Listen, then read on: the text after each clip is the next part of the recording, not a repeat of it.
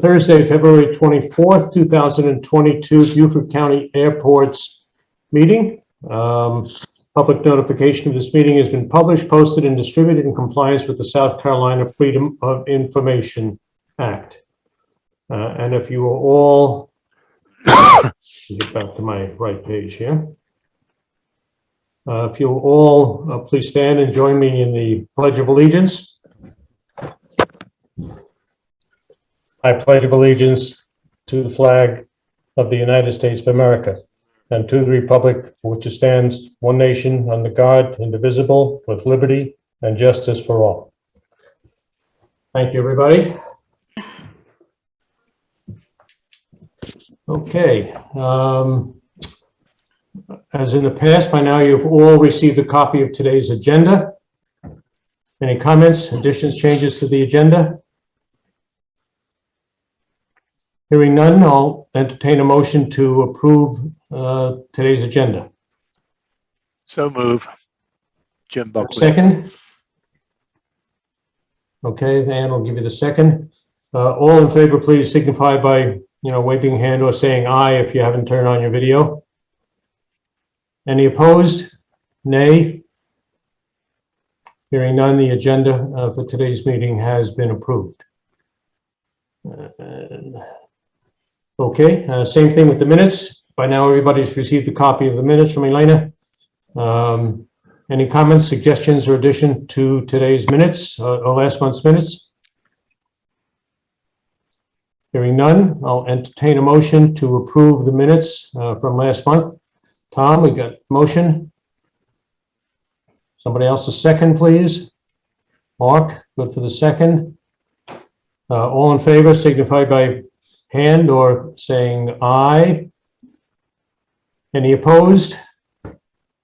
Nick, that was a in favor of, correct, Nick? Yeah, we're clean. Okay. Yeah, hearing none, the minutes from last month have been approved. Excellent. All right, we now come to our public comment period. We have public available today. I see Stu and David here today. 3 minutes, please, and if you'd like to address the board, please do so at this time. Thank you, Chairman. I have no report and no comment. Okay. And Glenn Stu, Stanford's there. Nothing? Okay, we'll continue. John, meeting now comes to you. We've got Town Councilman Stanford on the line too. I don't know. I'm sorry, Glenn, Glenn. do you have anything for us? No, hearing none. My apologies, Glenn. I didn't see you. No worries. Well, he'll get another shot at the end anyway, Howard. So we'll let him all think of something. And John, back to you, please. All right, thanks. I'm going to share my screen now. All right, let's see. Should be getting a PowerPoint showing up here in a second. While John is talking, if everybody can just mute the microphone, please. All right, can everybody see Howard's new G650? Yeah, just left a deposit. All right, everybody can see it? Somebody nod their head, yes? Yep. Okay, good. All right, let's flip through the report. Okay, we're going to start out on ARW first, and what I'm not going to show today are all the stats that you got in your backup information. So you know what the numbers look like.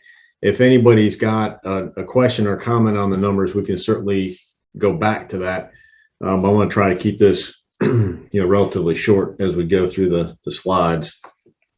So the first thing to talk about is over at ARW is going to be our terminal renovation project. So those of you familiar with the airport are probably used to seeing the image on the left. Okay, that's what the airport looked like for many years in the terminal, and it's kind of shaping up to look something like that. So that's actual progress. That's what we look like today, unless we've had some additions done today. So it's moving along. Another angle, kind of the same area, but you can see where the old the kitchenette area was back behind that wall. You went through kind of two doorways to get to the kitchen area, and this is what it looks like currently. So you can kind of see that same area completely opened up. We've got visibility from the customer service desk into that kitchenette area, opened everything up, took out any kind of non-load bearing walls, and just really opened the terminal up. Brand new windows throughout too. I'm not sure, I don't think I've got a great shot of the windows, but you can see the old style windows in the image on the left, and everything's been upgraded. So those old style windows, believe it or not, were triple pane glass, but they were touching each other. So there was absolutely no insulation effect in the windows. So what we're going to do is on our finance side, just kind of for fun, but seriously as well, we're going to track energy costs so that we can kind of gauge the level of improvements in energy efficiency that we'll have just by virtue of this relatively small renovation project. I think it's going to be significant. So that's a huge piece of excitement over at ARW. So does anybody have any questions on any of the numbers or anything from ARW or anything else? Just want to make sure you got a chance to see those images. All right, I'm not hearing from anybody, so we're going to motor on here. I'll stretch out my screen so I can try to see people as I do this. I'm working 3 different screens here, so trying out for ESPN. All right, let's slide over to HXD. Our senior firefighter, Esau Brown, retired last week. So he did 22 years in the Marine Corps as a crash fire rescue guy. Then he transitioned to the airport and he did 28 years at the airport. So he's been working on this for a long time, and he's finally getting a chance to, I won't say rest because he never rests, but he's going to go home and do all the other pro bono stuff he does, and he won't have to worry about driving to Hilton Head a couple of days a week. So congrats to Esau. He's been with us a long time and did an awesome job. So sad to lose him, but we've got some new guys coming in. We've got 3 new hires coming in, 2 next week, and then I think 1 either the week or maybe 2 weeks after that. So we'll have some new folks over there, and they'll be exciting to get them worked into the mix.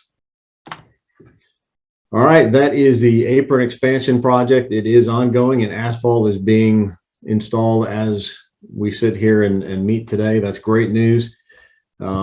Once that asphalt is installed, then very shortly thereafter, we'll be putting concrete on top of that. You can kind of see in the lower left where those barricades are, you can see what the section kind of looks like. So asphalt is what we're using as the base.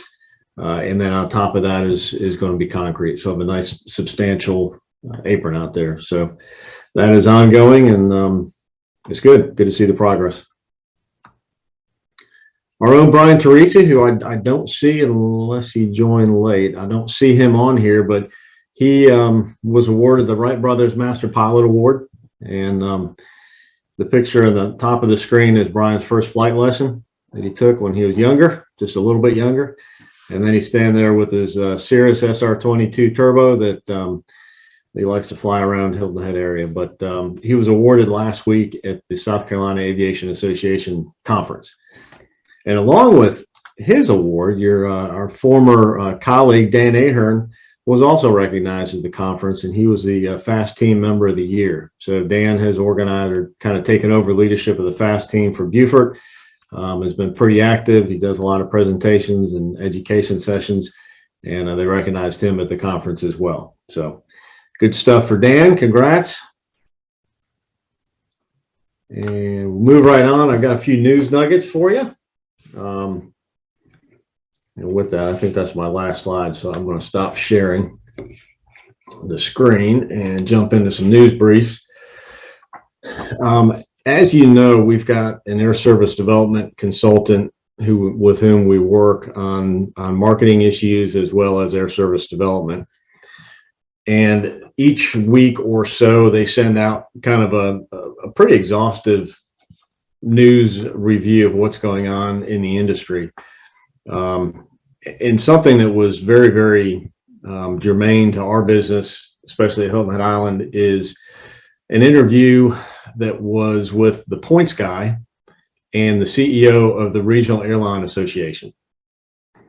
And that kind of the topic of that was how much air service is going to be lost this year by airports who have regional carriers. You might be surprised to know that 66% of all commercial airports in the US are served only by regional airlines. Main lines only serve 34% of the commercial airports in the United States. So most of the ones that you think you're flying mainline, you're not. You're flying a regional carrier. So the Regional Airlines Association, this is kind of a bleak message, so I'm not trying to be Donnie Downer here, but it's not great news, and I'll tell you why as I go through and hit some of these points. But the RAA is saying there's a bleak picture for small communities that rely on air service from regional carriers. And a quote from the CEO is, "I think no matter what we do right now, more communities are going to lose air service." I don't think we're at risk of that because we're bigger than a lot of the small communities and we've got some established air service. But like I tell folks in our administration with our elected officials, Stu, I know you're on the line, is that just because we've got air service and we've been successful for a couple of years doesn't mean that we're going to have air service tomorrow. Airlines are very, very fickle. Tom, you probably know that. They may or may not tell you that they're leaving. They might just not show up. And that's how it works. So when we go out and we go after small community air service development grants, when we are looking at funding options for terminals, we need everybody behind us the whole time. When we go out for more marketing dollars, when we apply for ATAX dollars and people say, why do you need another $100,000, $150,000 to market? We have got to do our part as a community to keep the air service here. Getting air service is one thing. That's the easy part. Keeping air service is the hard part, and that's where you make the money. You know, it's pretty easy to hit a home run every now and again, but you still might have a 167 batting average, and that's not going to get you in the Hall of Fame. So we got to continue to work on this. The causes for the concern at the regional airline level is that because of COVID-19, there were so many early retirements when they were offered up, not just from the regional side, but from the mainline side. So when folks retired from the mainline side, folks who stayed at the regional side said, I'm going to slide into a mainline job. And that's what they did. So that there's also going to be 13% of all pilots in the next 5 years who hit mandatory retirement age. 13% of all the pilots. That's a lot of pilots. So the pilot hiring cycle is on steroids, as they describe. And then add to that, when you train pilots, who checks pilots off but pilots? So you're taking pilots out of the cockpit to sign off the pilots who are training to get in the cockpit. So not only are you training these guys like crazy, you have to pull pilots out to get these guys certified and checked out. So it's kind of a problem that will continue to exacerbate until it plays out.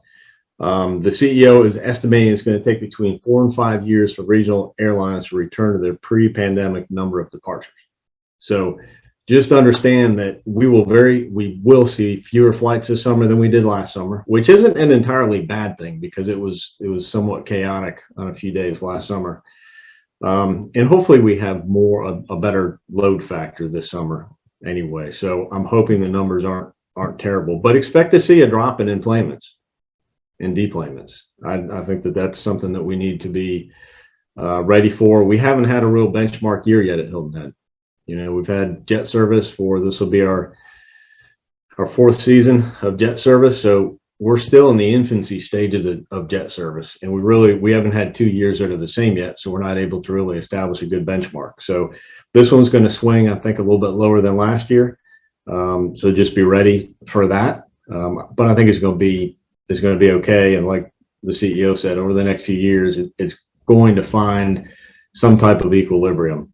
But I continue personally to encourage anybody who shows interest in taking flight lessons, especially young kids, maybe they're in Civil Air Patrol or things like that, to continue. You know, there are going to be great jobs out there, whether or not you get in the cockpit or you become an air traffic controller or anything in aviation. The industry is going to continue to need folks. So to the extent that you guys can advocate on that too, there's definitely a need. So that's kind of the bad news, but I like to look at a silver lining because I think there's going to be chances for us to grow. And as long as we can market, and remember, we're in a great place. I mean, Hilton Head Island is the #1 island again. So we've got to gem the market. So we've got a lot of things that are going for us, and we just need to take advantage of that. All right. Any questions so far on what we've gone through? Okay, Howard. John, talking about the regionals, with Delta coming in on March 7th again, what are their destinations going to be? Right now, as I understand it, just Atlanta. Thank you. On the new pad that Hilton had, that they're working on, when that gets done, the concrete poured and finished, how many aircraft can we park by the terminal simultaneously? Well, that'll be the new terminal, and it'll be 3. 3 simultaneously when the pad is done and the terminal's done. Yes. And in the interim, before the terminal gets done, but the pad gets done, same answer, 3 aircraft? 3 aircraft on the existing apron, not the new apron. The new apron is going to serve as a construction laydown area for the terminal building. There may be some room available closer to airside, but we haven't quantified that yet. For right now, what we're telling folks is, for the most part, expect to have that unusable until the terminal is open. Okay, then can you give us just a brief update on terminal expansion? Yep, I'm about to get there. Okay, excellent. All right. Couple just real quick ones. Steve and Paul and I all went to the South Carolina Aviation Association conference last week that I mentioned earlier. It's a great conference. I think our state association puts on a better conference than some of the national organizations put on. So I really enjoy going to this one. And it's particularly useful for Steve and Paul because many times I abandon them. I have other things I've got to do during the day, because I typically have all my consultants there. So I grab them and we sneak off and go do some work. But Paul and Steve are able to go through and make some really good connections and meet with other airport staff from the state. So it's a very rewarding conference. And we had, on Thursday, we had a good roundtable with all the commercial airport directors in the state. And we talked about the funding that aeronautics has been working on for commercial airports. As you probably know, the only 2 commercial airports who've received funding support from aeronautics, from state aeronautics, is Hilton Head and Florence. Until recently, this past year, the Senate bill was passed, as you remember, from the summertime. And what that did was open up some funding for all 6 commercial service airports. So the funding formula has changed, and we're working with that now. But the next item you all saw in the email that went out, I think Friday morning, was a $50 million one-time funding that's being requested at the state level, and that $50 million would be spread between the 6 commercial airports. That's incredibly important. I don't know exactly what day they were voting. I think there were 2 votes this week. They might be finished. I haven't gotten a status report yet, but it looked like everything was very, very positive on that. I hope that some of you were able to reach out to our delegation and support that. The reason that's so important is our neighbors to the north and to the south, North Carolina and Georgia, are heavily funding their commercial airports. Georgia is going to be somewhere in the ballpark of $80 to $100 million going to their airports. That doesn't include Hartsfield. That doesn't include Atlanta. So the next largest airport that's going to drink that funding is about 40 miles from us. So again, advocacy, funding. If you think getting a new terminal here is not important, you're wrong, because Savannah is about to get a ton of state funding. So we need to do what we can to get some funding here. And North Carolina is, I think, seeing about 75 million that goes to their commercial airports. So our state has got to compete with that. So I ask you to just stay in touch with our delegation.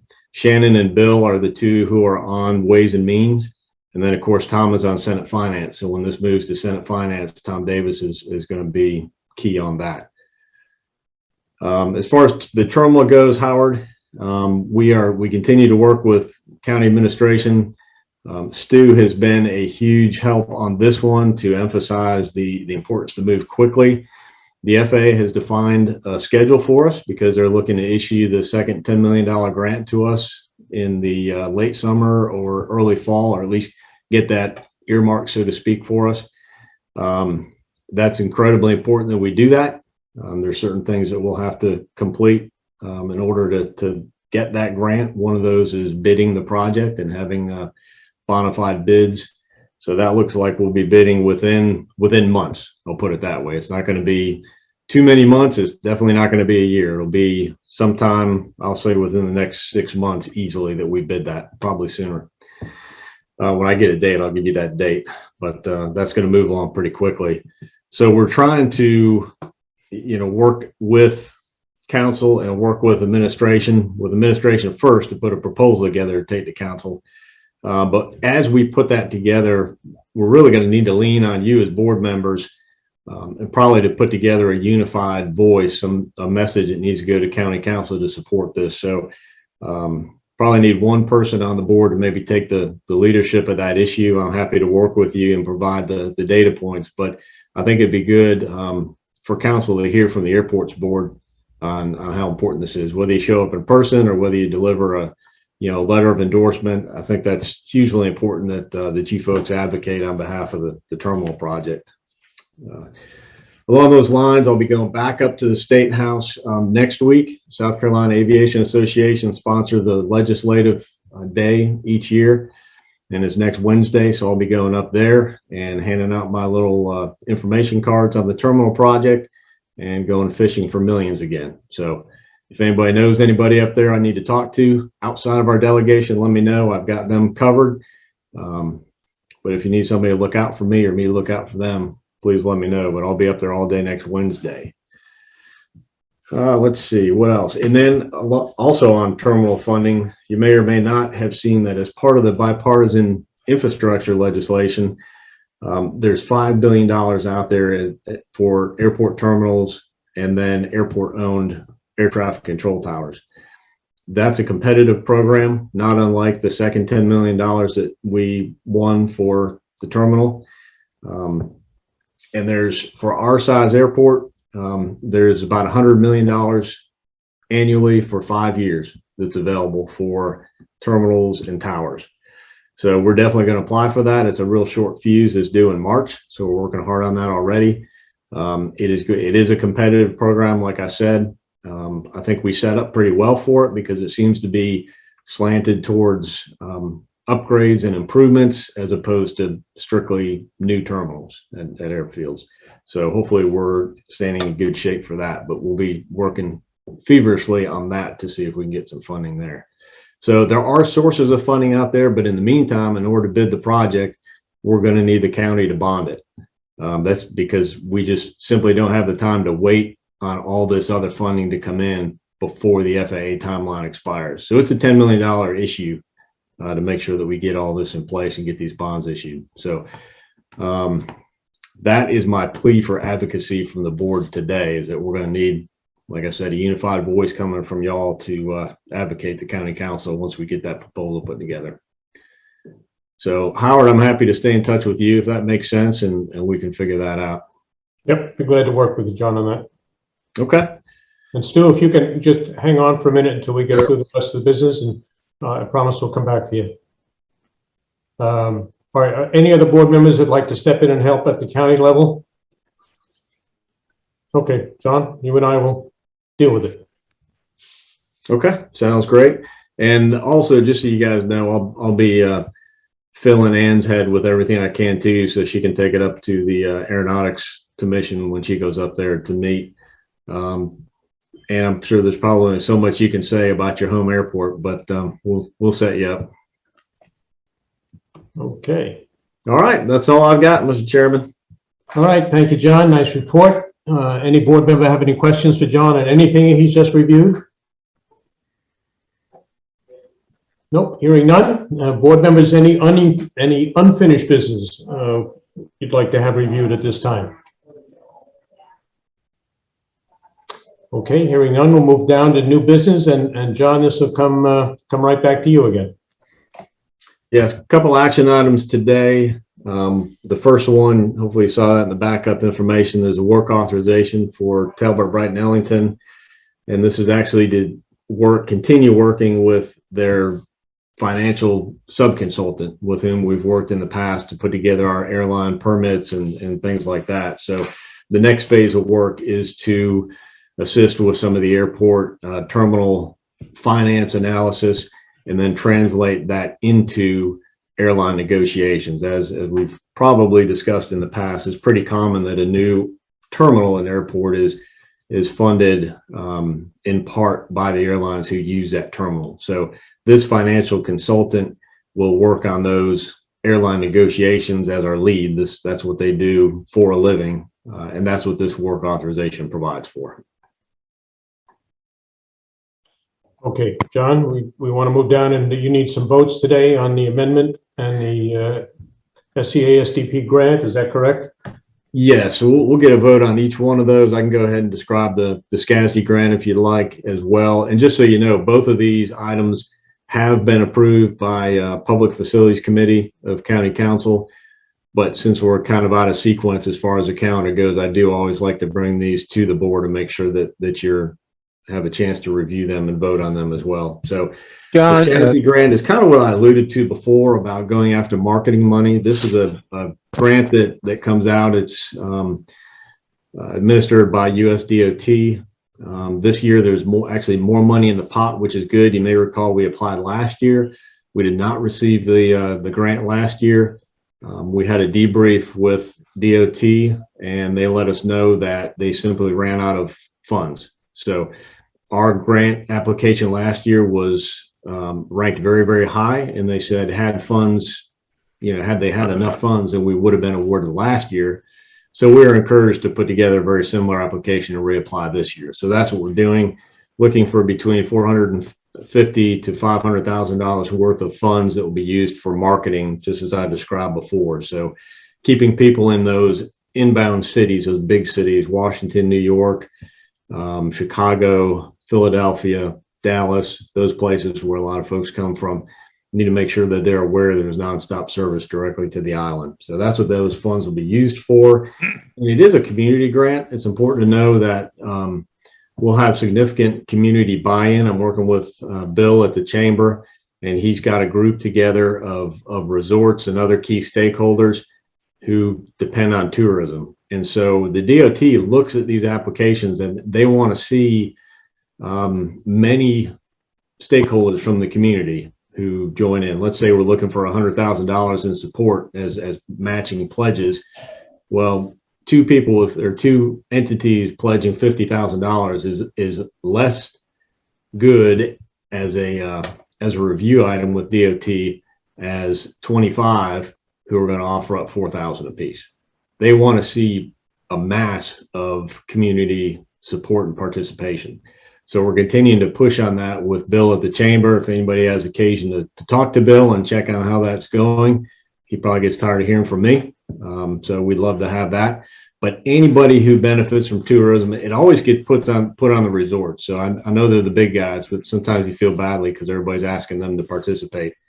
The other thing is this money is part of the pass-through program. So if you're familiar with the tourism pass-through program that the Chamber manages for the resorts and these different entities, it'll just come out of there. So it's not CPONS writing us a check. It's not the Omni writing us a check.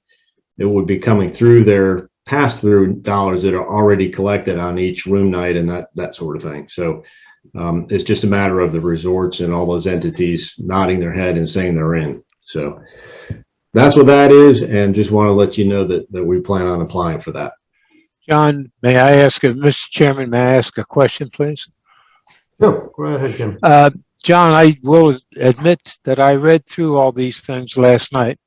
I will also confess I don't thoroughly understand it all. I do have a question that may or may not be relevant to this point, and that is the discussion about PFCs. Do I understand correctly that we have an opportunity to impact the level of the PFCs? And if so, how could we benefit from that? Or did I misread or misunderstand?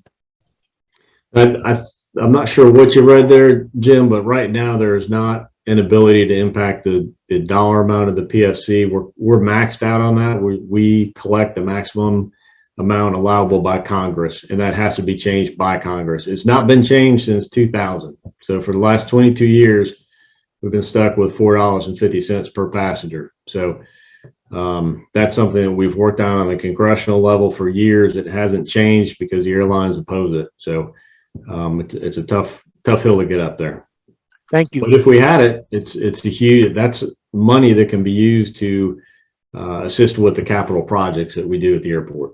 That's what I thought. Thank you. Any other questions for John? All right, hearing none, John, we'll move down then to the vote on the 2 action items that are listed on the agenda. And last chance to go around. Anybody have any questions on either one of those action items? All right, hearing none, I'll entertain a motion to approve the Hilton Head Island Airport Work Authorization 2119-1803 Amendment 2. Need a motion from a board member, please. I move. Leslie and Jim will give you a second if that's okay. Yes. Okay, all in favor signify by waving a hand or saying aye. Aye. Thank you. And any opposed? A nay? Hearing none, that motion passes. Entertain a motion to approve the SCASDP grant for Hilton Head Island Airport. Need a board member to make a motion, please. Ann, make the motion, and second, Nick. So you're first. Okay, thank you. Any discussion, any comments? All in favor, please again signify by raising your hand or saying aye. Aye. Any opposed? Hearing none, that motion passes as well. Excellent. We'll move down to committee reports, and not having my committee list in front of me today, I thought Ray would be here, but if not, are any committee chairmen available with reports for material for the last 30 days? Hearing none, I'll remind the committee chairman that the committees will be a little more active. I think Trey will be contacting you in the near future, and Tom and Ian, you have not been assigned or requested a committee yet. Either Trey or I will get to you in the next week or so and ask which one of the committees you have an interest in participating on. Okay, we now come back to our citizen comment period. And Stu, my apologies for cutting you off before, but we're ready. Okay, a couple questions for John. The 15 million that we've been asking the delegation for, does that fall within the 50 million that you were talking about it, or is that a different revenue stream? That's a great question, Stu, and it is not part of that 50 million. That the thought behind the 50 million is it will somehow be split between the 6. Okay, well, that's good. That's great, frankly, because I think our delegation thinks that the 15 million is a high priority. Secondly, on the 500 million, I think was the number that you mentioned that the feds are looking at for terminal improvements and towers, we've been capped at the 20 million based on our size. Now, would we be eligible for more than the current 20 that we've been capped at, do you think? Again, an excellent question, Stu, and you're definitely a student of the game here. My understanding is that this is supplemental to that, so that we would be able to apply even though we've maxed out the typical 20 million, because this is part of the it's because of the spirit of the legislation. Okay. My last would just be a comment relative to the revenue bond that John mentioned. I think there's a lot of potential streams of money that good reasonable probability we're going to get some of those, so that the bond should not be much of an issue. But on the other hand, we've got to get the bond going. I'm thinking maybe even the month of March, we might start to bring that forward on readings if we have some general idea where we are financially. And so the key will be to look at it from a worst case situation of, if we don't get some of these other monies, how do we make sure the bond is funded so that we don't muddy up the construction and lose the 20 million. But anyway, I see us coming forward sooner rather than later on that revenue bond. And Right. we will be looking to the town to help participate if they would. All right, Stu, I know John has already thanked you for all your help, but on behalf of the board, we'd also like to say thank you for your Okay. continuing help and involvement in the airport issue. So thanks again. And Leslie, you have a thing to do? Nothing to say. You're on mute, Leslie. Unmute your mic, Leslie, please. I'm sorry, were you speaking to me? No, this is for Leslie. Sorry. Leslie's still muted. There we go. Okay, I have a question, and it might be one that Stu will want to answer, but anyway, I'll direct it to John. The PFC charge that we've taken advantage of due to our last season and the fact that we, tripled our passenger load, is that money going directly to the county, and is that going back into our terminal plan, or what is the status of that, the money that has to have increased over the past 18 months? I don't think John sends us any money, but maybe we should look into that. Yeah. We have to get the next guy to do that, Stu. That's a federal violation. I'm not willing to do that. You get the economic impact like the town does. Yeah, there you go. But the answer to that, Leslie, and that's a good question. We definitely have increased the amount of collections because of the employments. But that money is still paying back past projects. And the reason for that is those past projects were expensive and the past collections were so low that we still owe on those. So we're not using the PFCs. We can't use the PFCs for new projects yet, but the intent is to do that as the old project list is paid off. Okay, thank you. Good. Anybody else with questions? Any of the public, Len or David, go right ahead. Thank you. It's a question for John. Over the years, we've always asked about radar for Hilton Head. The fact that there's maybe a little bit extra money floating around at the moment, is there any possibility that can be directed towards equipment for Hilton Head? Yeah, that's an excellent question too, David. And the good thing is, like I said, that the newest opportunity is available for tower work as well. And it's only for airports who own their towers, which we do. Many don't. Many have the FAA on the towers, but we do. So it would be available to us. I don't know if radar is eligible, so we'll have to look into that. But the good news is we have had ongoing discussions with AAAE and their contract tower staff, as well as with the air station. Steve and I were up there 2 weeks ago, and we actually went through their radar facility and their tower facility in order to get acquainted with what they do and to actually see the need that they have for our tower to be able to see certain things and affect the handoff a little bit earlier to make things faster for everybody. And we've made the case, I've made the case with AAAE and with the FAA technicians who deal with this, with radar, that because of the sharp increase in jet traffic and how it's quickly become the vast majority of operations at Hilton Head Island, we simply need to do better than, with all due respect, the eyeballs of retired FAA controllers finding these airplanes when they get the handoff from one of the other facilities, because they have no other way to see them except with their eyes. And that to me is concerning. Does the airport board have any role to play in expediting that? I think probably so. That's a good setup. So I'll spike that one. I think we'll add that to our list, Howard, to, maybe some legislative things to talk about. And in fact, that may be a subcommittee or a task force that we add to the board. If anybody's got some political savvy or has some experience doing that kind of thing, that might be a great subcommittee to have, just to generate these advocacy pieces. John, are you talking about potentially gaining an ILS for our airport? Is that what we're talking about here? No, we're talking about the ability for our controllers to look at a scope the way we're looking at our monitors right now and see what's in the sky. They can't do that. Wouldn't ILS equipment on the jet planes make it so they can land during heavy fog and storms and whatnot? Well, that's not what we're worried about. We're Okay. not worried about the airplanes landing. We're worried about the controllers knowing who's out there, where they are, how fast they are, and that sort of Right. thing. The reason I bring that up is, back in my previous job on Capitol Hill, the ILS was always a very political issue and always worked when it had the help of the congressman. And basically, airports back then used to just hand them off and give them their $1 million worth of equipment and hand them off to different airports.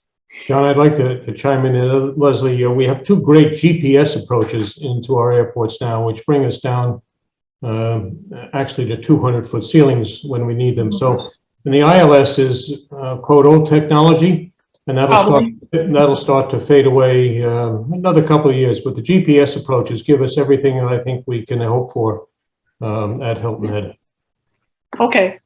Just to close off my comments, John, I like the idea of a subcommittee looking into that. That's something that's been a priority for years. So if the board agrees, then I think that'd be a great step in the right direction. All right, thank you, David. Glenn, I noticed before you had something you'd like to add. I did. Thank you, Howard. I attend the LATS meetings on behalf of the town, and of course I attend council meetings as well. And in each of those venues, I have heard reports from Palmetto Breeze, and she has been bringing up the shuttle service that's been talked about at the airport. My question is, has there been any random survey of passengers to see how much demand or use might be put to a shuttle service from the Hilton Head Airport to the various resorts? You guys have been a great audience today, really. Glenn, I had forgotten about that. I wanted to talk about it, so thank you for bringing that up and triggering that. John, this is a reminder. Yeah, well, it's fantastic. We're actually working with Palmetto Breeze right now. Palmetto Breeze has hired a consultant to do a very quick study. It's due, I think, in March or April. They're trying to get it done before Heritage, so I think beginning of April is when they're trying to wrap it up. And they're doing just that. They're assessing the demand, the need, the likelihood that folks would use public transit. And so I met with them last week at the terminal. They do have a survey that's out. It's on the airport's Facebook page. I know it's been on Palmetto Breeze page, their website, and probably Facebook as well. But that's to try to get folks to, I think to answer those questions that would help determine that need. So what we're looking at, I think, is an extremely useful partnership, because it would be public transit. So it would be low cost, and it would be open to everybody. And it would help relieve some of that traffic that we see at the airport for drop-offs and pickups after flights. So yeah, we're excited to have that. And that's a Palmetto Breeze project, but we're obviously a stakeholder in that. I think that would be really valuable. As a matter of comment, the shuttle service here on the island provided by Palmetto Breeze is free. And that's what's made it take off. As a matter of fact, we're getting really good participation now that people are used to it and understand how it works. So thank you for that, and I'll look forward to the results of that survey. Thank you for the reminder. Appreciate that. Anybody else? Any other questions during the public portion? If not, just maybe, John, a few housekeeping items. I think by now we've all noticed that Elena is back. What caused the change? And hopefully, and welcome back, Elena. Hopefully we'll see you for quite a while now.